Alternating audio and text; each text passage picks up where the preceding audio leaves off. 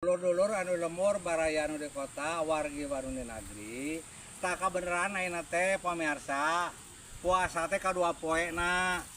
tah lolobana mah anu puasa teh nepi ka eureun gawe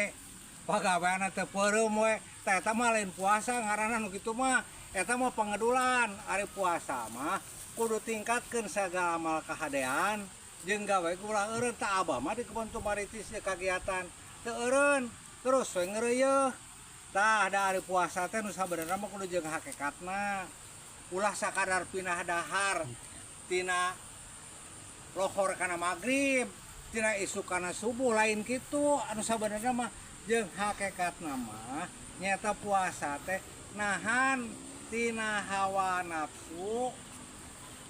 tina sagala hal matak ngarugikeun diri soalna keur batur tah kudu dieureunnan matak dilatih ku puasa nahan kahayang biasa sok isuk dahar teh